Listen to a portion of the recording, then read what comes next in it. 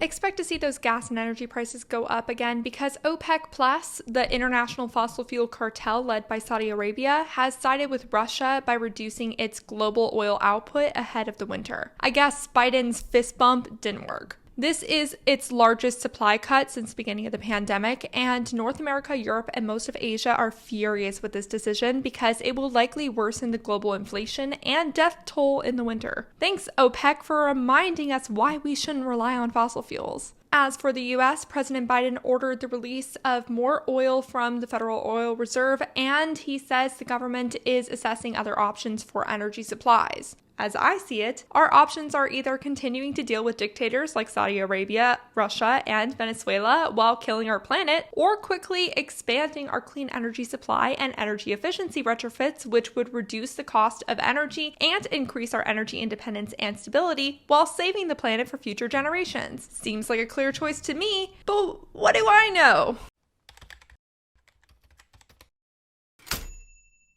Welcome to the Climate Recap from the Beckosphere Climate Corner, your go-to place for international and US-based climate news. I'm Becky Hogue, a climate communicator. Today is Monday, October 10th. Let's jump right into today's news. Let's start with some extreme weather events. After the deadly floods that killed nearly 1,700 people in Pakistan, Pakistan is in the midst of its second wave of deaths as cases of waterborne illnesses like typhoid, malaria, and dengue fever mount alongside hunger and increased sanitation issues caused by knocked out farmlands and essential infrastructure. More than 8 million Pakistanis are facing a food crisis, and like the flood, this crisis will disproportionately impact children. The country has run out of aid money, so the UN has upped its flood aid appeal. The historic flooding event that started this whole disaster was made worse by climate change, which increased the monsoon season's rainfall, increased glacier melts that also contributed to the flooding, and droughted the area prior so the ground wouldn't take up as much water. I will leave a link below if you want to help donate to aid organizations helping Pakistan recover.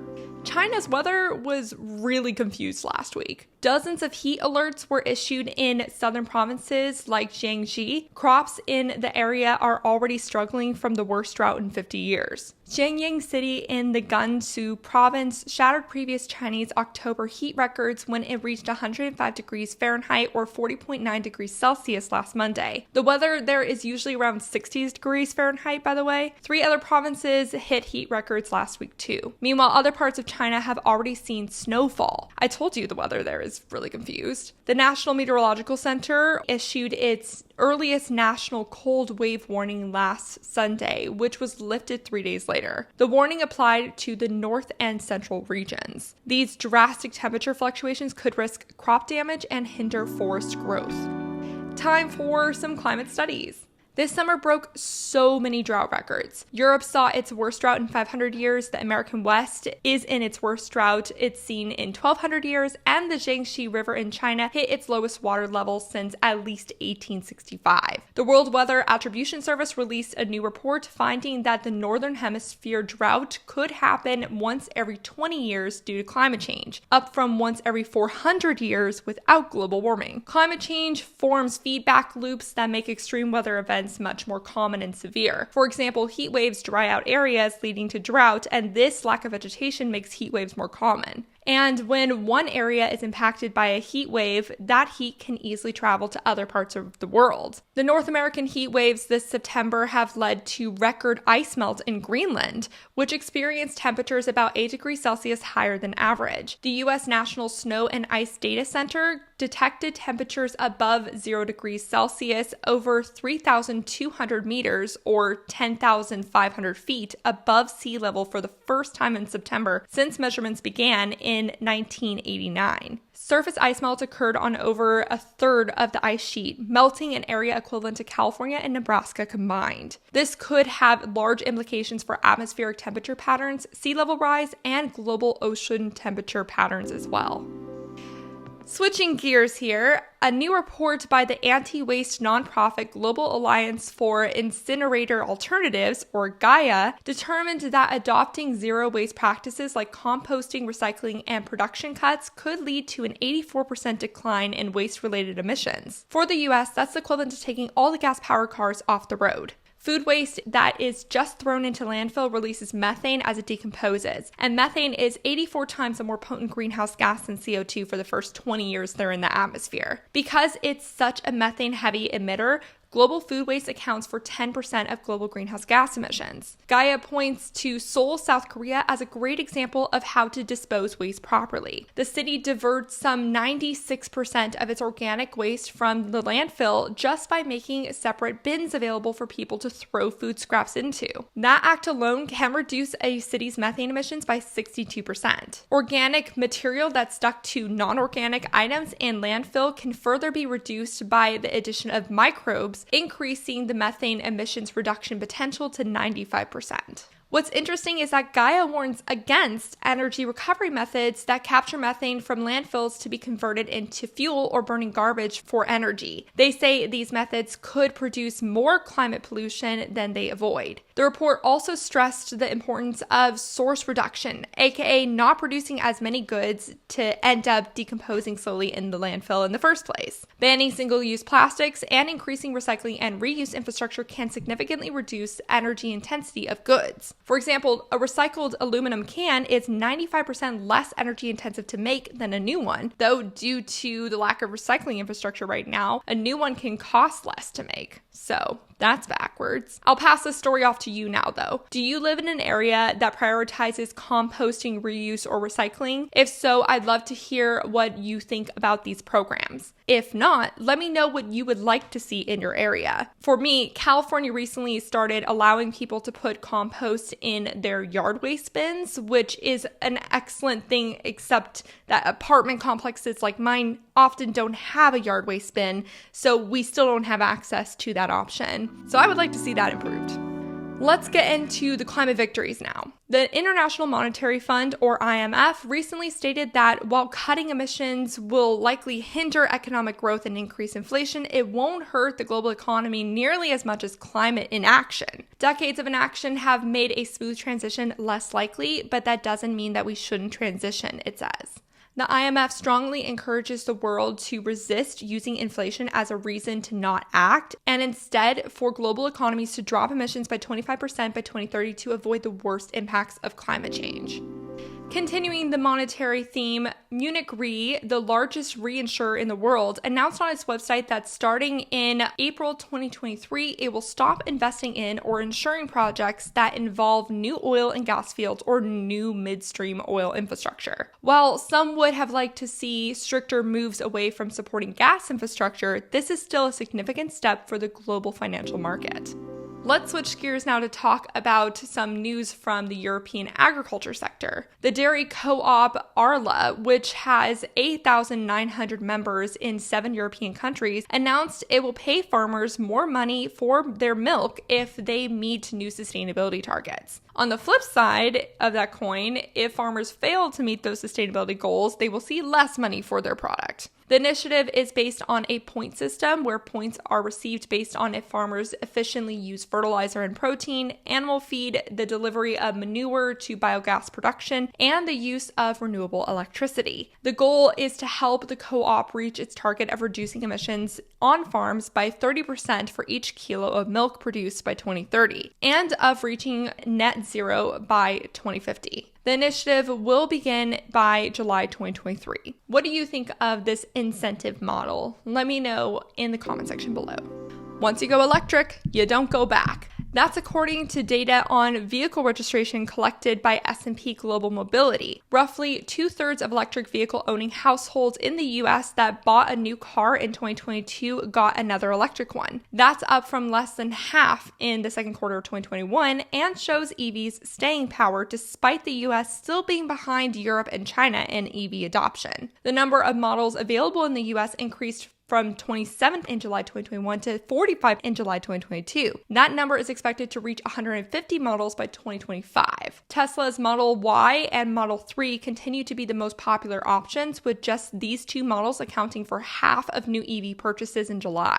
91% of Tesla owners who bought another EV this year bought another Tesla, showing major brand loyalty. But while Tesla's accounted for 81% of EV purchases in 2019, an increase in models from other distributors has moved that portion down to 60% this year. Overall, EVs accounted for 5.8% of all cars registered in the US this July, up from 3.4% just last year. If you have an EV or plan to buy one, which model do you have or would like to have? I'm still waiting on the VW Buzz to come out to the States in 2024. Now let's talk about health. Oregon will be the first state to cover climate change expenses for certain low-income patients under its Medicaid program starting in 2024. This will include covering the cost of air conditioning and air filters if the patients have health conditions and live in an area declared under a climate emergency due to extreme heat or wildfire risk. The new Medicaid policy will also continuously enroll any child until the age 6 without families having to re-enroll them each year. The U.S. Department of Health and Human Services call what Oregon's doing groundbreaking Medicaid initiatives and plans to provide $1.1 billion in new federal funding to support the climate initiative. Massachusetts is another U.S. state working to provide more coverage to its Medicaid recipients amidst growing extreme weather events. And that brings us into the climate fails. Remember, don't get despondent, get mad. Let's start by talking about the upcoming COP15 event. No, not COP27, the largest UN climate conference happening in Egypt next month. COP15 is the largest UN biodiversity conference happening in Canada in December. It was originally supposed to happen in China, but China kept failing to make the conference happen over the last several years, so the location was moved to Canada. That being said, China is still technically leading it. We're talking about this in the climate fails section because China still hasn't invited world leaders to attend the conference, only ministers. This downgrades the importance of this conference. Maintaining biodiversity is essential for human livelihood since our food system and stable climate rely on a wide range of plants, animals, and fungi. We are in the midst of the 6th mass extinction, the first one to be caused by a single species, aka humans. Biodiversity targets for the next decade are expected to be made during COP15, so this is a very important conference. That's why it's unfortunate it's been spearheaded by China and Canada, who have an ever-withering relationship. If China doesn't step up and officially invite world leaders to attend this conference, it might not happen at all for the 3rd year in a row unless world leaders invite themselves. So we'll have to keep our eye on this event. Okay, now let's talk about COP27, which is apparently now being sponsored by Coca-Cola. That's not a good sign since Coca-Cola has continuously been ranked one of the top plastic polluters in the world. By allowing the company to sponsor this large climate event, COP27's leadership is helping Coca-Cola to greenwash itself. Seriously, like the company has already put out a statement saying it, quote, shares the goal of eliminating waste and appreciates efforts to raise awareness, even though it has done very little to prove that. Where's your robust recycling program, Coca-Cola? How are you doing at switching to bioplastics? As a reminder, plastic is mainly made of fossil fuels, so the plastic industry is a way for the oil and gas industry to stick around into the future, even if the energy sector moves away from them. More than 84,000 climate activists have signed a petition asking COP27 organizers to reverse this decision. Neither Egypt's COP27 presidency nor the UN climate change body has provided comment. Do you think they'll change their mind? Yeah, me neither. But if you would like to make your voice known, you can sign the petition, which I will link below. The COP27 Farming Coalition is also under fire for working with the North American Meat Institute, or NAMI, which openly questions the origins of climate change on its website. The Agriculture Innovation Mission for Climate, or AIM4C, was started by the US and the United Arab Emirates during COP26 last year to fund research into agriculture-based technologies meant to reduce the sector's climate impact. NAMI, which represents the largest meat companies in the US, was named a knowledge partner despite questioning climate science. AIM4C has also been accused of promoting industry-favored techno fixes over meaningful sector reform ahead of COP27 too. So that's fun. Okay, now let's look at what the UK Truss government has been up to recently. It recently opened up 900 locations to the possibility of fossil fuel exploration, offering 100 licenses. That directly goes against the UK's decarbonization goals and the advice of both the International Energy Agency and the Intergovernmental Panel on Climate Change that have both stated that there should be no new fossil fuel projects if we are to keep warming well below 2 degrees Celsius above pre-industrial levels to avoid catastrophic climate change.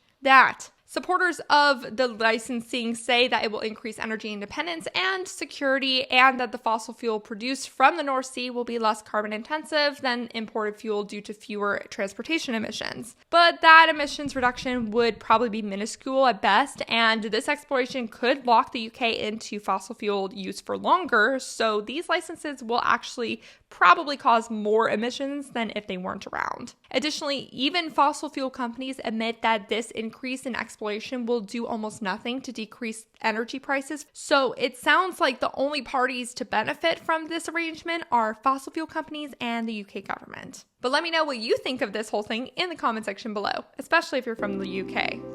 In the US, another state has thrown its hat into the anti-ESG ring. Louisiana pulled $794 million from BlackRock funds, saying the asset managing giant is being anti-fossil fuels. In a letter to BlackRock's chief executive officer, Louisiana's treasurer stated, quote, "Your blatantly anti-fossil fuel policies would destroy Louisiana's economy. Put simply, we cannot be party to the crippling of our own economy." Now, who was the one to decide to put all their eggs in one basket? It's important to remember that statements like this can only exist in a space where disproportionate impact of climate change on the economy is ignored. Also, BlackRock has barely done anything to reduce its fossil fuel assets ever since Texas threatened to boycott the company if it did. It still holds major stakes in fossil fuel companies like ExxonMobil and ConocoPhillips. Republican-led states have already expressed interest in holding federal hearings against BlackRock and other asset managers that have expressed any interest in reducing their fossil fuel assets if the GOP wins back the House in the midterms next month. Speaking of the midterms, the climate advocacy group Evergreen Action reported that the Environmental Protection Agency, or EPA, is falling behind in finalizing 8 key rules to reduce air pollution, water pollution, and greenhouse gas emissions from power plants before the end of Biden's first term. This is important because issuing these rules would be challenged or even dismantled if Republicans gain majority in Congress by using the Congressional Review Act. Lawmakers can use this act to scrap any regulation within 60 legislative days of its finalization. Only 2 rules out of the 10 the EPA is working to pass are safe so far, which regulate cross-state air pollution and reduce toxic water pollution from plants. But some of the ones that haven't formally been made yet would reduce mercury pollution, regulate coal ash storage, and limit soot and smog. We'll have to see if the EPA finalizes these rules in time. Do you think that it'll hit its deadline? Let me know in the comment section below. And that was your climate recap for Monday, October 10th. Remember to talk about the climate crisis every single day and to support your local news organizations. Thank you so much to the people on Patreon who help support me and my fur baby Rue. A special shout out to the climate confident and courageous David H., Norman Anal, Greg H., Paul B., Phil Plasma, Dan Morton, Dane Chris, Nate, and Specker. I greatly appreciate your support of $5 or more. If you would like to support the Beckosphere, please check out the Patreon and Buy Me a Coffee links in the description below for reoccurring or one-time payments. Bye for now.